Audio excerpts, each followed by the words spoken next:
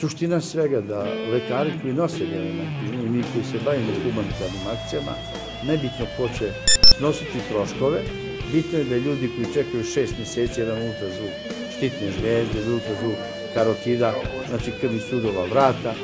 mogu i imaju mogućnosti da to urade u jednom danu i to besplatno. To je suština, da li je organizovala Srpska napredna stranka ili je to SPS ili bilo koja druga stranka je nebitno.